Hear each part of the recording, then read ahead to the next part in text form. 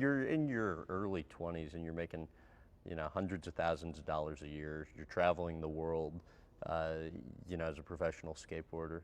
What's life like? Man, it was bizarre, man. I really was lazy, you know. Smoked a lot of weed in that era, and wasn't committed to the craft, right? I think in that 21 to 24 era, I was very lost, right? I didn't, skateboarding wasn't giving me the fulfillment that I needed, right? It wasn't. Nah, so I was trying all this different stuff, like trying all these different skateboard companies, and I was getting hurt all the time, and Why wasn't it giving you the fulfillment you needed?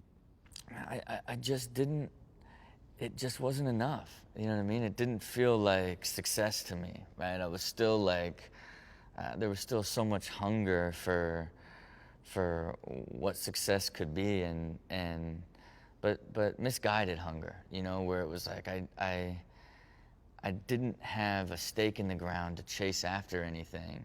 And it really wasn't till,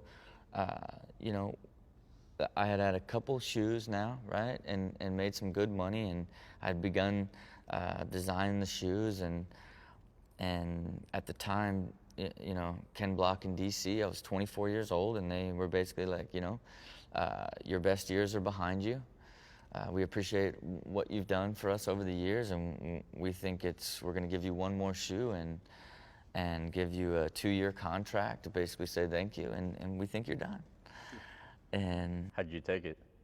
I remember sitting in there and looking at him and being like, man, I know it's not lip service, I'm not saying to say it, but in 2 years I'm going to be a completely different person, and there's no way that this is that I'm done, and that this is the end, and I'm not even going to say it, I'm just going to prove it. And I literally left that place, started searching for hypnotists, right? And found the hypnotist, the great Dr. George Pratt, who wrote a book called Hyper Success, right? Unleashing your true inner belief that you believe you are meant to be successful. And I got hypnotized for success. And then literally in that 2-year span, became the best skateboarder of my entire career, but also to the very top of the industry. And then from that point on, only signed 2-year deals with DC for the next 10 years, because I was like, no, 2 years from now, you're going to pay me even more, and 2 years after that. So I wouldn't even sign. Everybody was signing 3- and 5-year deals. Up until 2 years ago, I signed a 7-year deal. Up until that point, at 38, I had only signed 2-year deals because of him telling me, we're going to give you 2 years, we think we're hooking you up. And so now it's and now it became the benchmark of, no, every 2 years I'm going to be so much better and bigger than I was the previous 2 years, which... So this hypnotist that you went to, you really believe this hypnotist was responsible for, or played a critical role in you becoming successful? I believe so, yes. Why? I think it's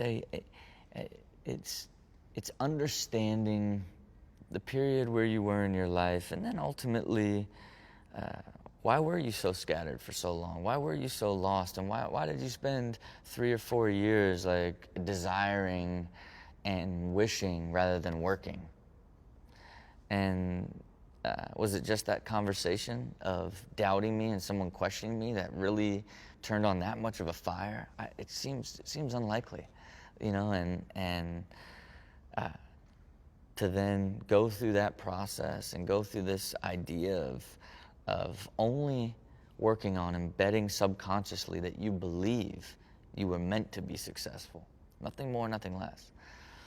And then you go and you make a run like I made. It's hard to believe otherwise, that it didn't have some sort of grand connection to it,